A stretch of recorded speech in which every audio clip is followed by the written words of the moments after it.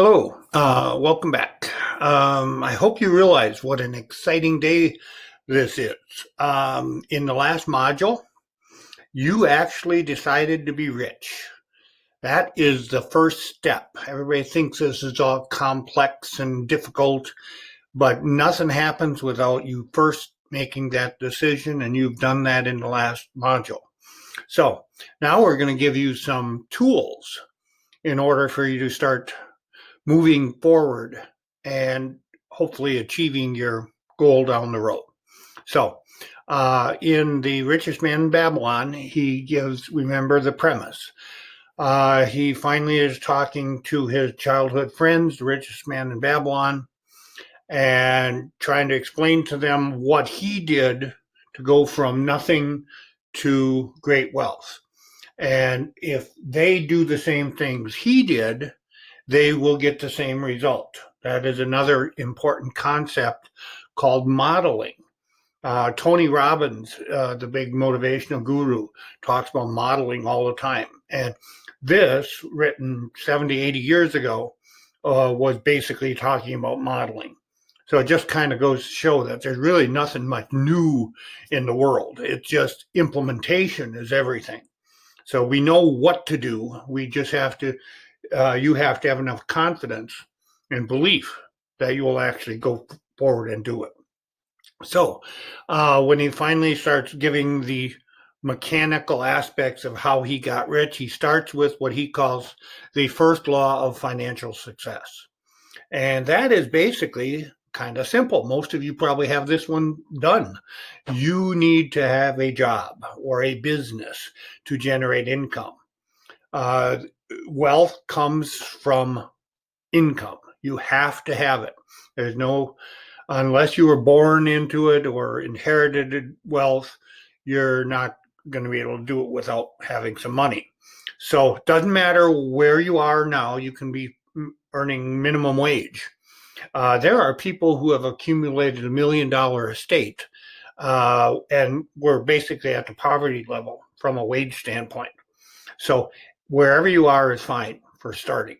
Now, eventually, we're going to hopefully get you to the point where we can raise your income as well. But we first want you to start where you are. Now, this first rule then is, and I bet you have heard this before, save 10% of whatever you make.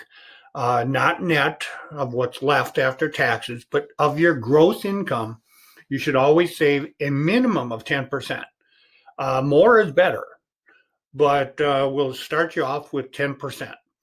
And later we'll give you some examples of what this can do. It may not sound like much, but it's a big deal. And what you're going to do is save the 10% and live on the rest.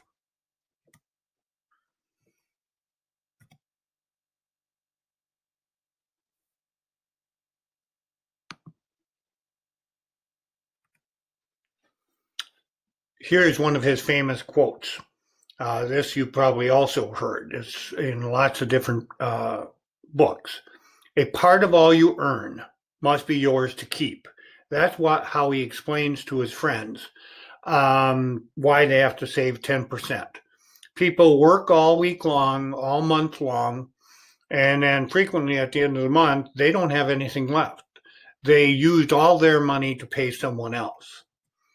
So we're going to give you a basic lesson in accounting here. You're going to have some income. We said that at the beginning. You're going to subtract your expenses, and what's left is savings. That's the way everybody does it. That's the way it's taught in an accounting class. It is taught that way in most financial planning classes. That's unfortunately the wrong way. So if you learn that in school, the idea is right. We want you to have 10% savings. But again, this is not the way to do it. Worst scenario is where you have some income, but your income is less than your expenses, and you're in debt. At the end of the month, not only did you not have savings, not only did you not break even, but you're actually in the hole. And we have a name for that, which they didn't have back in the days of Babylon, was credit cards. that is basically debt. So the only way for you to spend more than you make, which is not the recipe for fame and fortune, is to go into debt. So both of those will not lead you to what your ultimate objective is. Here is the key to financial success. You've got some income, whatever it is, like you said, wherever you're starting, minus your savings. This is the idea, pay yourself first. So instead of paying everybody else with your expenses, we want you to pull out the 10%. So if you're making $5,000 a month, we want you to save 10% or 500. The first thing you do when you get paid and that check hits your checking account, you pull $500 out into your separate, take it out of the checking, put it into a separate investment account. And then what's left is your expenses, and you live on that the rest of the month. And there's just no substitute for doing this. If you do it any other way, this will not work. Now, if we are in that situation where you're at a deficit at the end of the month, then we have to do some things. Then we have to figure out one of two things, or both. We increase your income, figure out a way for you to get a raise, get a better job, something, do a part-time job, whatever it is. We have to raise your income or reduce your expenses. Take control of your budget and start where can we cut? And in an ideal scenario, we do a little bit of both. So, but let's assume we don't have to do that yet. We'll do that in the next module.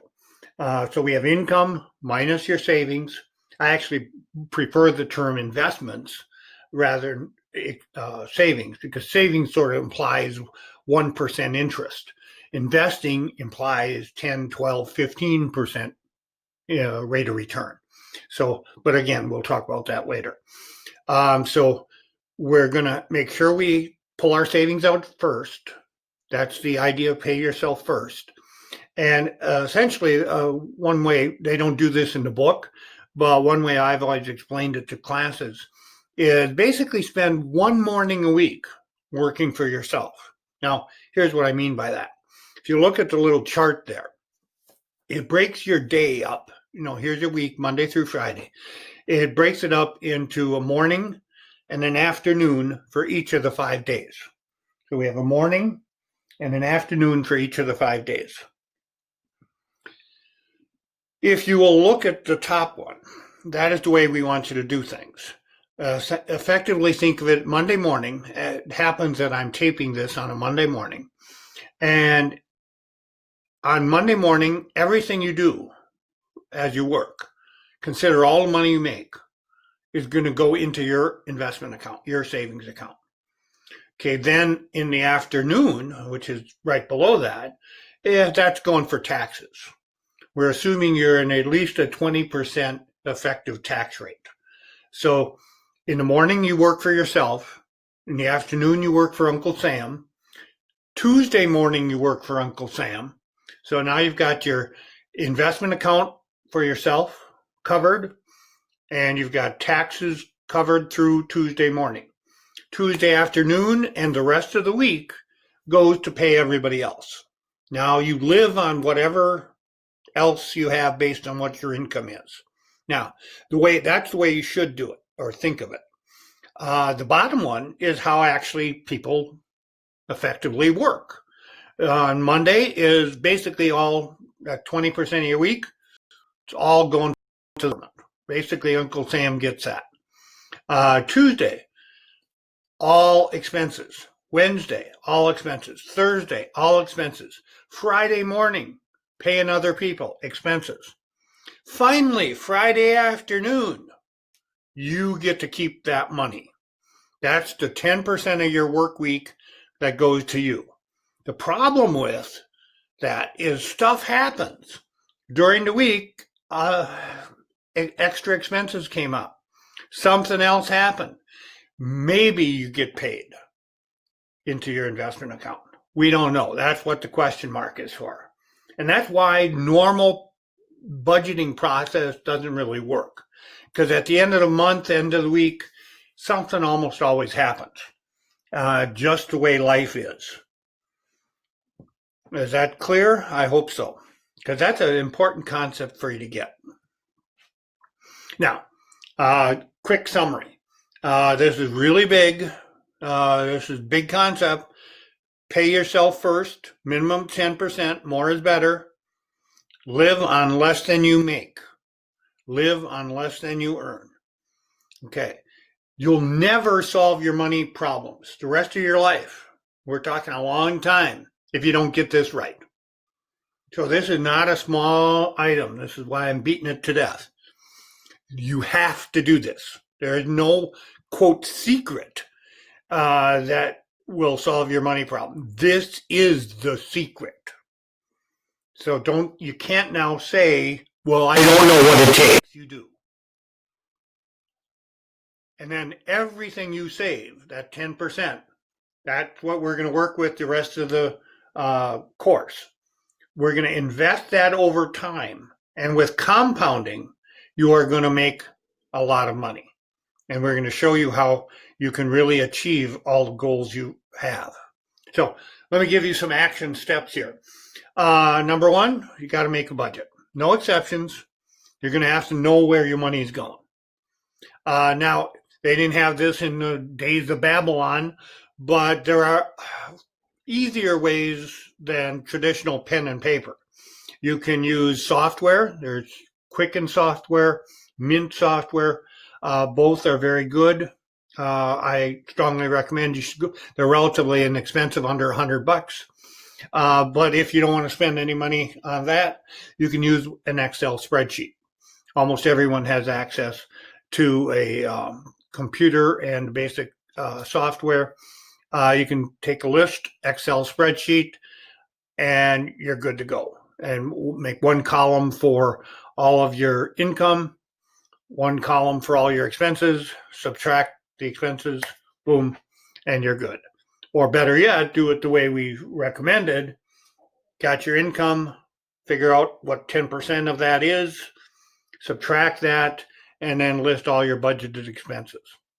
And hopefully that will get you started on the right track. But before you do the next module, take your first pass at a budget. So again, before you've got homework. I'm a college professor. I give homework. So I'm going to we want you to get started on the right method. If you don't take the action steps here, you're going to have issues. You're going to have problems. So don't do that. Do what we ask you to do. There are some other action steps. Now, again, these are a little more advanced, and we'll come back and talk about these later. This is the whole area of other financial goals, how much income you want to make while you're working. So wherever you are now, we got a raise. Whatever income you have when you retire, what do you want to have? Some goals for your net worth, any special situations. You want to buy a house, education for the kids, anything at all special. You're going to want to work with some of those things. More action steps would be put those career goals in place. Figure out, are you in the right career? And then is there a way for you to make more money in what you currently do, or do you need to change career? And what it refers to there as SMART is just specifying the type of goals. It's called a SMART goal setting system: specific, measurable, realistic time frame, or putting a deadline on it. And the A is traditionally, I kind of do it differently than the traditional, which is attainable. I don't like that. To me, that's duplicating realistic. So A, I consider action steps, taking action. If you set a goal, what are some action steps you can take to move towards it? So those are the things that'll kind of get you going.